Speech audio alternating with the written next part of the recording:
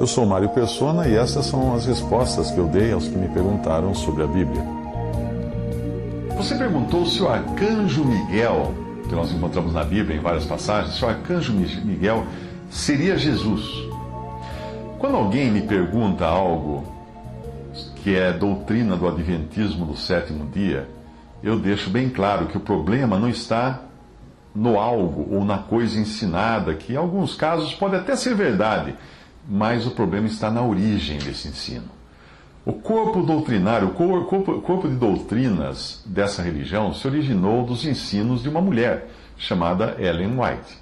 E a Bíblia afirma categoricamente que a mulher não deve ensinar. 1 Timóteo 2, de 12 a 14 diz: não permito, porém, que a mulher ensine, nem use de autoridade sobre o marido, mas que esteja em silêncio.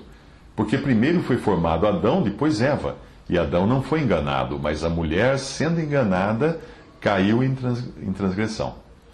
Deus tomou esse cuidado de proibir que a mulher ensine, porque a mulher foi enganada lá no Éden, caindo em transgressão. Apesar de Adão ter acompanhado sua mulher no erro, ele não foi enganado pela serpente.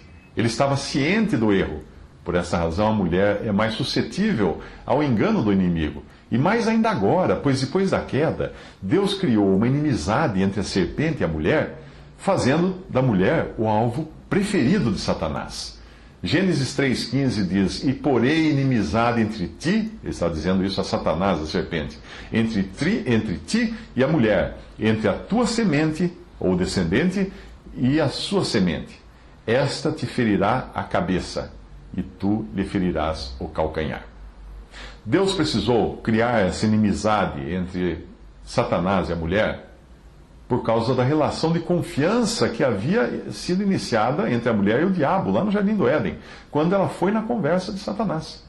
Deus pôs um fim àquela estranha amizade, criando um ódio especial de Satanás contra a mulher. Essa inimizade perdura até hoje e se estende à semente da mulher, que é o Salvador que havia sido prometido. É por essa razão que, em várias ocasiões, nós vemos Satanás atacando particularmente crianças na Bíblia, na tentativa de impedir o nascimento do Salvador anunciado no Éden, que seria aquele prometido para esmagar a cabeça da serpente. Mas voltando à questão do Adventismo do sétimo dia, você nunca terá a garantia de que os seus ensinos sejam corretos, já que a origem deles está na desobediência a uma ordem clara dada por Deus: não permito que a mulher ensine. 1 Timóteo 2,12. Tratando agora da sua pergunta em particular, se o Senhor Jesus seria um anjo, não existe qualquer fundamento na afirmação feita pelo Adventismo no sétimo dia, que coincide também com a afirmação das Testemunhas de Jeová, de que o arcanjo Miguel seria Jesus. A Epístola aos Hebreus deixa clara a diferença entre anjos e Jesus. Hebreus 1, 5 a 8 diz: porque a qual dos anjos disse jamais: tu és meu filho, hoje te gerei? Eu lhe serei por pai, e ele me será por filho? E outra vez, quando introduz no mundo o primogênito, que é Cristo, diz: e todos os anjos de Deus o adorem. E quanto aos anjos, diz: faz dos seus anjos espíritos e de seus ministros labareda de fogo. Mas do Filho diz: ó Deus, o teu trono subsiste pelos séculos dos séculos. Cetro de equidade é o cetro do teu reino. Os anjos adoram Jesus, porque Ele é Deus. E os anjos não são adorados em lugar nenhum da Bíblia. Em Apocalipse 19:10, o apóstolo João escreve: eu lancei-me aos seus pés, aos pés do anjo, para o adorar, mas ele disse-me: olha, não faças tal, eu sou teu conservo e de teus irmãos que têm o testemunho de Jesus. Adora a Deus, porque o testemunho de Jesus é o espírito da profecia. Em Apocalipse 22, de 8 a 9, João escreve: eu, João, sou aquele que vi e ouvi essas coisas, e havendo-as ouvido e visto, prostrei-me aos pés do anjo que mas mostrava, para o adorar. E disse-me: olha, não faças tal, porque eu sou conservo teu e de teus irmãos, os profetas, e dos que guardam as palavras desse livro. Adora a Deus.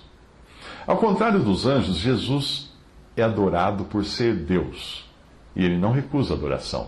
Em Mateus 8:2, eis que veio um leproso e o adorou, dizendo: Senhor, se quiseres, podes tornar-me limpo. Em Mateus 9:18, dizendo-lhes: ele, Jesus, essas coisas, eis que chegou um chefe e o adorou, dizendo: minha filha faleceu agora mesmo, mas vem, põe-lhe a tua mão e ela viverá. Em João 9,38, ele disse: creio, Senhor, e o adorou. Em Hebreus 1,6, e outra vez, quando introduz no mundo o primogênito, diz: e todos os anjos de Deus o adorem. Todos os anjos de Deus o adorem.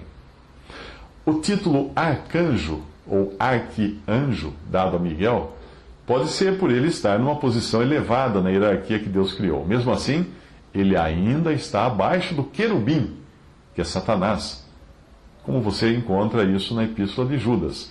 Judas 1:9. Mas o arcanjo Miguel, quando contendia com o diabo e disputava a respeito do corpo de Moisés, não ousou pronunciar juízo de maldição contra ele, mas disse: o Senhor te repreenda. Veja que o arcanjo Miguel não ousou repreender o diabo, mas Jesus repreendeu o diabo em diversas ocasiões. Ele repreendia demônios, ou espíritos imundos e o próprio Satanás, quando esse tentou influenciar os pensamentos de Pedro. Lá em Mateus 17:18 diz: e repreendeu Jesus o demônio que saiu dele. E desde aquela hora o menino sarou. Isso era um demônio, um espírito imundo. Em Marcos 1:25, e repreendeu Jesus, dizendo: cala-te, sai dele. Em Marcos 8:33, mas ele, virando-se, olhando para os seus discípulos, repreendeu a Pedro, dizendo: retira-te de diante de mim, Satanás, porque não compreendes as coisas que são de Deus, mas as que são dos homens.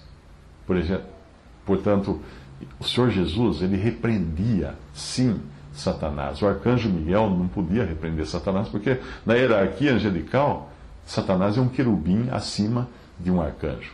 Mas a sua pergunta podia também ter sido sobre alguma doutrina do Adventismo no sétimo dia que estivesse correta. E mesmo assim eu iria sugerir que você nunca bebesse daquela fonte, justamente porque Deus afirma que não é confiável. Não permito, porém, que a mulher ensine, diz em 1 Timóteo 2, de 12 a 14. Adão não foi enganado, mas a mulher, sendo enganada, caiu em transgressão.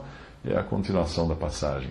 Ainda que Ellen White, a fundadora do Adventismo, tenha costurado algumas verdades no tecido da sua doutrina, essas verdades podem estar ali apenas para servirem de gancho para levar os incautos à mentira.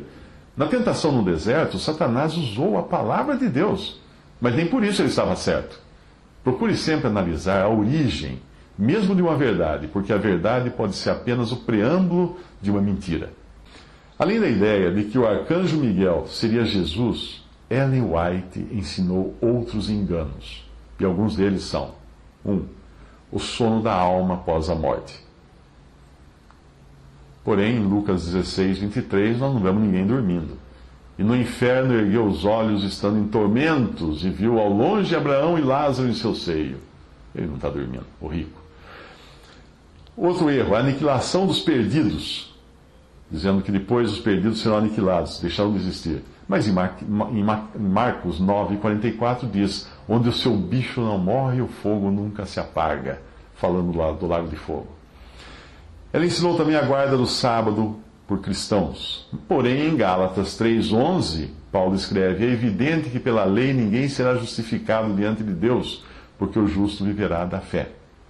Ela ensinou que Satanás teria levado os pecados do crente. Porém, em 1 Pedro 2:24, levando ele mesmo, Cristo, Jesus, em seu corpo os nossos pecados sobre o madeiro.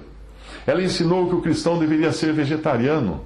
Porém, em Mateus 15:36, o Senhor Jesus, tomando os 7 pães e os peixes, e dando graças, partiu-os e deu-os aos seus discípulos, e os discípulos à multidão. Portanto, quando você descobre que uma fonte começa errado, é que nem um botão da camisa. Você botou o primeiro errado, os outros também virão errados.